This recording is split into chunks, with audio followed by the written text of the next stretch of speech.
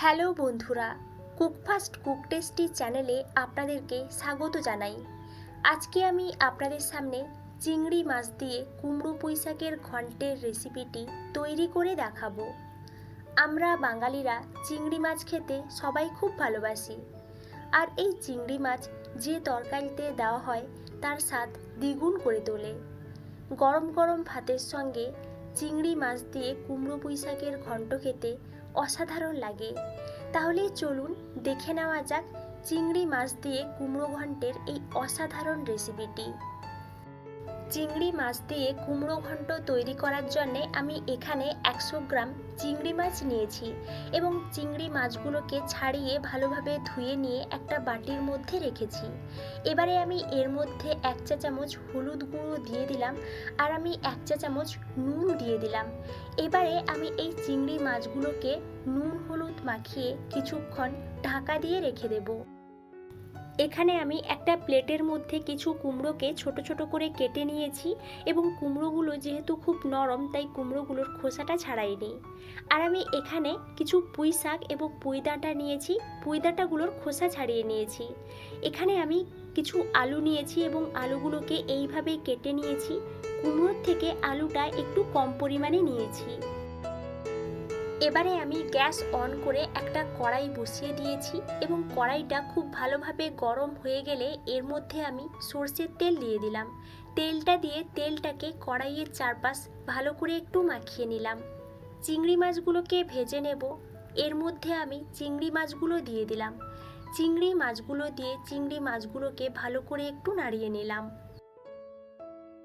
চিংড়ি মাছগুলোর একদিকটা ভালো করে ভাজা হয়ে গেলে আমি চিংড়ি মাছগুলোকে উল্টে পাল্টে চিংড়ি মাছগুলোর দুটো সাইড ভালো করে ভেজে নেব। দেখুন চিংড়ি মাছটা ভাজা হয়ে গেছে। এবারে আমি এই চিংড়ি মাছগুলোকে একটা প্লেটের মধ্যে নামিয়ে নেব। ওই মাছ ভাজার তেলের মধ্যে সামান্য আরেকটু সরষের তেল দিয়ে দিলাম।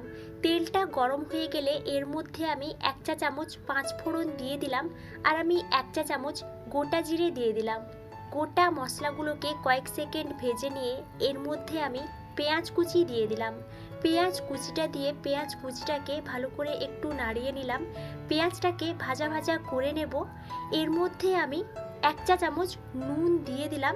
নুন দিলে পেঁয়াজটা তাড়াতাড়ি ভাজা হয়ে যায়।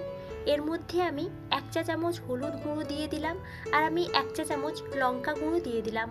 আপনারা আপনাদের পরিমাণ মতো হলুদ গুঁড়ো এবং লঙ্কা গুঁড়োটা দিয়ে দেবেন। হলুদ গুঁড়ো এবং লঙ্কা গুঁড়ো দিয়ে 1 মিনিট মতো মশলাটাকে ভেজে নিয়েছি। এবারে আমি এর মধ্যে সব সবজিগুলো দিয়ে দিলাম। সবজিগুলো দেওয়া হয়ে গেলে সবজিগুলোকে মশলার সঙ্গে ভালো করে একটু মাখিয়ে নেব। দেখুন আমি সবজিগুলোকে মশলার সঙ্গে ভালো করে মাখিয়ে নিয়েছি। ভালো করে মাখানো হয়ে গেলে এর মধ্যে আমি 1 চা চামচ নুন দিয়ে দিলাম। আপনারা আপনাদের পরিমাণ মতো নুনটা দিয়ে দেবেন। নুনটা দিয়ে সবজির সঙ্গে নুনটাকেও ভালো করে একটু মাখিয়ে নিয়েছি। এবারে আমি এর মধ্যে ঢাকা চাপা দিয়ে দিলাম। মাঝে মাঝে ঢাকা সরিয়ে আমি সবজিগুলোকে ভালো করে একটু নাড়িয়ে নেব যাতে কড়াইয়ের নিচে না বসে যায়। দেখুন আমি সবজিগুলোকে ভালো করে একটু নাড়িয়ে নিয়েছি। এবারে আমি এর মধ্যে হাফ টেবিল চামচ আদা বাটা দিয়ে দিলাম। আদা বাটা দিলে তরকারির স্বাদটা দারুণ হয়। আদা বাটা দিয়ে আরেকটু ভালো করে নাড়িয়ে নিলাম। আবারও আমি এর মধ্যে ঢাকা দিয়ে দিলাম। প্রায় 10 মিনিট পরে ঢাকা সরিয়ে সবজিগুলোকে ভালো করে একটু নাড়িয়ে নিলাম। দেখুন সবজিগুলো সেদ্ধ হয়ে গেছে। এবারে আমি এর মধ্যে চিংড়ি মাছগুলো দিয়ে দেব। এর মধ্যে আমি চিংড়ি মাছগুলো দিয়ে দিলাম। চিংড়ি মাছগুলো দিয়ে চিংড়ি মাছের সঙ্গে সবজিটাকে ভালো করে একটু মাখিয়ে নিলাম। ভালো করে মাখানো হয়ে গেলে এর মধ্যে আমি পরিমাণ মতো জল দিয়ে দিলাম। আপনারা আপনাদের পরিমাণ মতো জলটা দিয়ে দেবেন। জলটা দিয়ে আমি তরকারিটাকে আরও 10 মিনিট ভালো করে একটু ফুটিয়ে নেব। দেখুন 10 মিনিট পরে তরকারিটা ভালোভাবে ফুটে গেছে এবং কমপ্লিট হয়ে গেছে। এবারে আমি এর মধ্যে 1 চা চামচ গরম মশলার গুঁড়ো দিয়ে দেব। গরম মশলার গুঁড়ো দিলে তরকারির টেস্টটা আরও ভালো হয়। দেখুন গরম মশলার গুঁড়োটা দিয়ে আমি আরও 1 মিনিট এই তরকারিটাকে ভালো করে একটু ফুটিয়ে নেব। 1 মিনিট পরে দেখুন তরকারিটা কমপ্লিট হয়ে গেছে।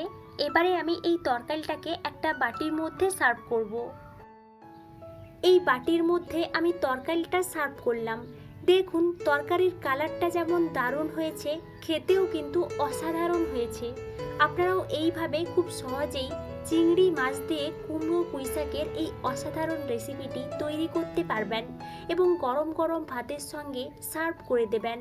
ভিডিওটি ভালো লাগলে লাইক, শেয়ার এবং কমেন্ট করতে কিন্তু ভুলবেন না এবং সাবস্ক্রাইব করে পাশে থাকা অল বেল আইকনটি প্রেস করে রাখবেন, যাতে আমি আপনাদের সঙ্গে নতুন নতুন রেসিপি শেয়ার করতে পারি। Thank you.